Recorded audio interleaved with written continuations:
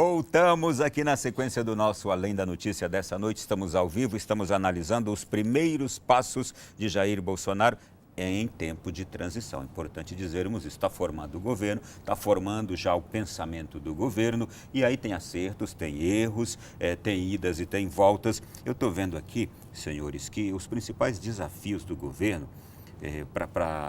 a serem enfrentados, agora vamos para a parte da economia, né? Estão mais ligados à parte da economia. Manter ou ajustar o teto de gastos votado pela atual administração. Qual o pensamento de Bolsonaro sobre isso? E a questão da reforma da Previdência. Márcio, o que dizer sobre o teto de gastos? Bolsonaro vai manter e a reforma da Previdência, que até agora é algo que não se sabe como será, né? A Previdência, o que o Paulo Guedes tem dito é que o que eles pretendem fazer é arrumar as contas públicas. Veja bem, Ronaldo, a gente tem, diante desse nosso modelo constitucional, o que está em fadiga aqui é esse modelo constitucional de 1988, que previa um estado de bem-estar social, onde o Estado não consegue dar conta de pagar tudo aquilo que ele promete de benefícios para a população. Aí todo mundo foi para a rua em 2013, porque não tinha nada daquilo que estava prometido na Constituição. E na Constituição nós temos hoje despesas engessadas em 94%. 94% do orçamento do Estado são para pagar despesas obrigatórias da Constituição. Se nós somarmos com restos a pagar, dá 97%. A capacidade de investimento do Estado é completamente estrangulada. Por isso que não cresce. Por isso que não cresce. Nós precisamos o quê? Uma reforma da Previdência para tirar um pouco desse estrangulamento. E essa reforma do presidente Temer, ela serve para arrumar aquilo que está errado na Previdência atual. O Bolsonaro falou hoje de aproveitar parte dela, né? Exatamente, isso é muito importante, aproveitar parte dela. E do outro lado, o Paulo Guedes, que tem na bagagem a experiência chilena, né, ele vem com uma ideia de criar um novo sistema de previdência baseado em capitalização. Então são dois assuntos, né, e o telespectador precisa entender direito que a Previdência ela tem dois assuntos. Primeiro, é arrumar a Previdência do passado e preparar uma Previdência do futuro que não afete a capacidade de investimento do Estado. Porque se você fizer um sistema de capitalização, você aí resolve muitos dos problemas que você tem de estrangulamento de capacidade de financiamento do Estado. Mas mais do que isso, acredito que esse próximo governo vai trabalhar em reformas estruturantes que desmontem esse modelo de bem-estar social que nós temos, que vem da Constituição de 88 e que foi a principal causa de insatisfação da população, que acabou levando o Bolsonaro ao poder, e também, de outro lado, a grande forma de os políticos terem conseguido roubar tanto. Ou seja, muitos recursos no Estado, muitas estatais, um Estado muito pesado. O Paulo Guedes disse, eu vou privatizar tudo que eu puder. Então, quer dizer, eu acho que vai sair um peso das costas do Estado e a parte da reforma da Previdência, aproveitando que já fez o Temer, faz parte disso. Alexandre, ajuste. O governo precisa achar fontes de recursos. E aí vai passar muito por isso. A reforma da Previdência, mas também o que ele falou agora, privatizações que podem gerar dividendos e o que mais pode ser feito. Porque Previdência é despesa. O que você pode tentar reduzir é a questão de gastar menos com essa conta, que é muito elevada. Ou não deixar que ela cresça, né? Que ela cresça, né? Algumas coisas eu acho importante e eu acho que já existe uma discussão desde muito tempo, e o Onyx Lorenzoni tratou nos últimos dias com muita propriedade dela, que é separar exatamente o que é previdência do que é ação social. Porque na conta da Previdência tem muita coisa pendurada lá que necessariamente não é previdência, né? Então, essa questão da gente deixar muito bem claro o que é esses programas de benefício social e o que é exatamente previdência é importante para a gente poder combater esse problema. Lógico que são duas contas que estão numa única rúbrica e que custam muito caro ao país. A minha preocupação somente de Bolsonaro com relação à previdência é que o Paulo Guedes tem um pensamento muito mais rígido sobre como fazer uma reforma da Previdência, né? E daí, logicamente, tem que se aproveitar o que já está se discutindo dentro do Congresso, porque tem um rito a ser tratado dentro do Congresso Nacional. É melhor aproveitar uma discussão que já está em curso dentro do Congresso Nacional, que já passou por comissões temáticas, já se passou... Já está pronto já para está pronto para votação. Então, você recomeçar uma discussão, você pode trabalhar todas as mudanças que você quiser, inclusive em plenário. Então, a gente ganharia tempo em poder fazer uma reforma da Previdência, mas aí eu tenho o político, que aí sim é o presidente da República, que já no período de campanha ali, ele disse que talvez não fosse uma reforma da Previdência mais flexível, que pudesse ano a ano galgar um patamar um pouquinho mais elevado. Lógico que a questão da capitalização ela é importante para as novas pessoas que estão entrando no regime de previdência, que estão entrando no mercado de trabalho, mas existe toda uma população brasileira que já depende do regime que está posto, né? Então, e esse regime precisa ser visto, não tem como. O Brasil é um doente. E para que ele saia desse estado de enfermidade, vai precisar de remédio amargo. Então, também é importante dizer, o governo Bolsonaro vai precisar aplicar remédios amargos. É importante, estou fazendo a leitura momentânea, é importante o que ele está conseguindo agora, que é credibilidade, inclusive com essas nomeações de ministeriáveis aí, e já de ministros, porque vai chegar uma hora em que ele vai precisar da credibilidade de todo o seu corpo, para aplicar o remédio amargo. Senão, a gente não vai conseguir sair da doença. A Previdência é um caso clássico. Né? Um dos maiores problemas da Previdência é que ela não é tratada em regime único. Né? Você tem uma grande parte da população que recebe pouco e uma pequena parte de privilegiados que recebe muito. E para isso você vai ter que mexer, obviamente, com a questão dos servidores públicos, né? Que são muito bem organizados dentro de lobbies no Congresso Nacional, é muito bem estruturado essa presença dos servidores públicos, mas precisa ser mexido. Para quê? Porque a gente está tendo aí uma casta de brasileiros que são bem nutridos pela Previdência, uma casta muito pequena, que são bem nutridos pela Previdência, que estão assegurados os seus grandes ganhos quando vier as aposentadorias, mas a grande massa de brasileiros, ela tende a viver com quase nada em termos de remuneração. Então, esses Brasis precisam ser ajustados e nesse embate criar-se um regime jurídico único para você fazer os pagamentos da Previdência é o grande desafio. Muito bem. Sem sair da pauta de economia, Márcio, repensar a política externa e comercial do Brasil é outro. Atacar essa crise econômica, como o governo Bolsonaro pretende fazer isso? Atacar essa crise econômica, a questão da política internacional também? A gente não pode esquecer que a gente vem de governos desastrosos da Dilma em relação às contas públicas, né?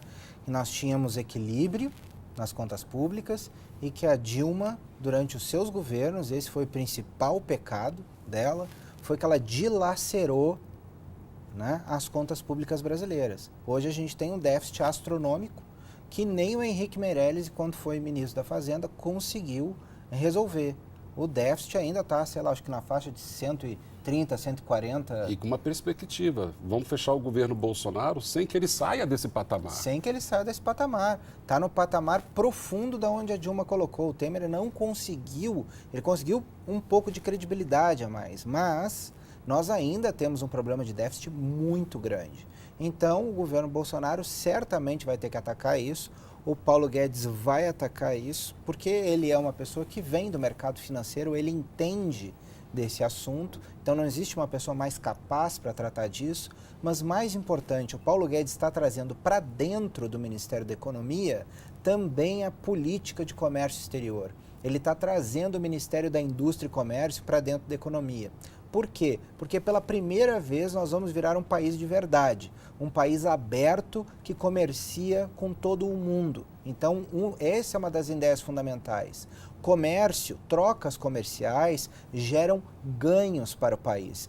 A gente tem a péssima ideia introduzida pelo pensamento marxista que quando alguém perde, outra pessoa ganha, ou alguém para ganhar, outra pessoa tem que perder. Não, nas trocas comerciais, a gente pode fazer um sistema de ganha-ganha. Os dois ganham. E a economia do Brasil ganha, os empregos crescem.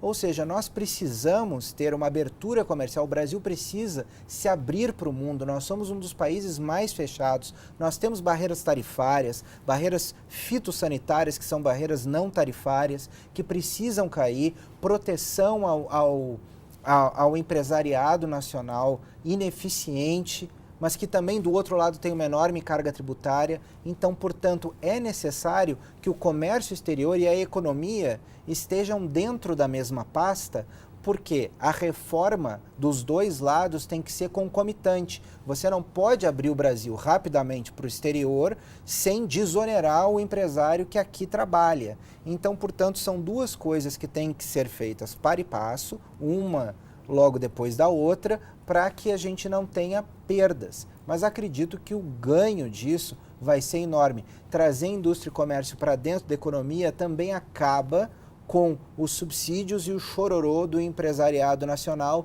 que gosta de subsídios e proteção, ou seja, gosta do Brasil fechado ao exterior, gosta da reserva de mercado e gosta de dinheiro do governo. Acabou isso. Isso agora está indo para dentro do Ministério da Economia e o Paulo Guedes já disse, não adianta ter chororô, porque o Brasil vai se tornar uma economia competitiva, o Brasil vai virar gente grande. E é importante dizer uma coisa, quando o empresariado ganha, lucra, ele está gerando emprego e gerando também lucros para o país. Impostos. Impostos, né? Impostos, claro.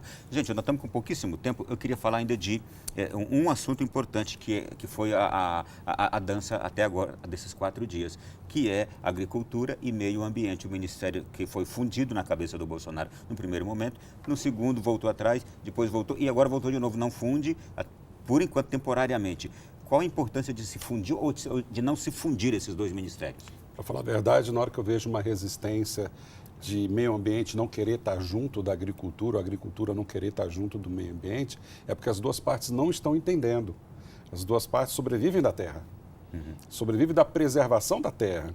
Né? Então, quando você quer preservar aquilo, você precisa juntar na mesma sala as duas pessoas para discutir, porque senão a gente vai sempre criar essas clusterizações de que meio ambiente não conversa com a agricultura não conversa com o ambiente, e nesse meio fica o brasileiro, fica o microagricultor, fica lá a pessoa sem saber se ela pode produzir corretamente, se ela tem o direito da titularidade da terra dela.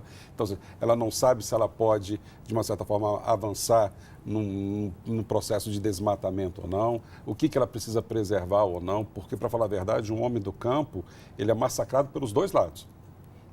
Ele é massacrado, principalmente o pequeno agricultor, ele é massacrado pelas grandes indústrias que já estão postas no agronegócio, mas é massacrado também por o Estado, que sobre ele pesa uma mão muito grande em termos de impostos, de cobrança, de fiscalização. Então, eu achei que a decisão de juntar agricultura e meio ambiente é mais ou menos como colocar pessoas para se entender dentro de uma mesma sala, que se produzisse um resultado positivo. Mas o que a gente ainda tem é uma visão muito retrógrada de que esses dois clusters não podem conversar, sendo que eles fazem parte do mesmo setor, que é a questão da terra, que é do meio ambiente, que é da questão, né, da gente ter da agropecuária, uma agropecuária que possa produzir bons alimentos, alimentos corretos, sem degradar o meio ambiente, e é isso que a gente quer. Então, não sei por que manter essas duas pastas separadas. Olha, o meu tempo está praticamente esgotado já aqui. Márcio, eu queria ouvir algo que seja bem simples, rápido, sobre a saúde. O que pensa Bolsonaro sobre o SUS, mas eu tenho só 1 minuto. Olha, a gente viu que provavelmente ele vai ter uma escolha técnica para a saúde de novo, né? Assim como essas outras pastas importantes, se especula o nome de um nome muito técnico, né? E eu acredito que as políticas para a saúde que ele vai desenvolver sejam nesse sentido, sejam políticas de gestão nova dentro de um modelo de saúde que ainda está antigo. Então, não acredito que se desfaça SUS nem nada disso, mas o que nós precisamos é de políticas de gestão na saúde. Por isso que se especula nomes da saúde que estejam relacionados à gestão. O problema da saúde brasileira hoje é gestão. Muito bem. Obrigado, Alexandre. Foi um prazer tê-lo aqui. Sempre um prazer estar aqui com vocês, né? A gente está sempre à disposição de poder falar de política e ainda mais nesse processo de transição de um governo que vai lidar com as nossas vidas pelos próximos 4 anos, sem dúvida nenhuma. Márcio, mais uma vez, obrigado. Obrigado, Ronaldo. É um prazer estar aqui na Canção Nova, falar com os telespectadores da Canção Nova, que é uma audiência tão qualificada e que decidem o futuro do Brasil. É muito bom estar aqui com vocês e está muito bom para falar para esse público. Obrigado, prazer. A você que nos acompanhou, esse programa pode ser revisto no nosso canal no YouTube. Vá lá, procure. Fique com Deus, boa continuidade de semana. Amanhã é dia dos fiéis defuntos. Visite aquela pessoa querida que já partiu da sua casa, da sua família e da sua vida. É um dia especial para se ir aos cemitérios. Até semana que vem, se Deus quiser, em um novo programa.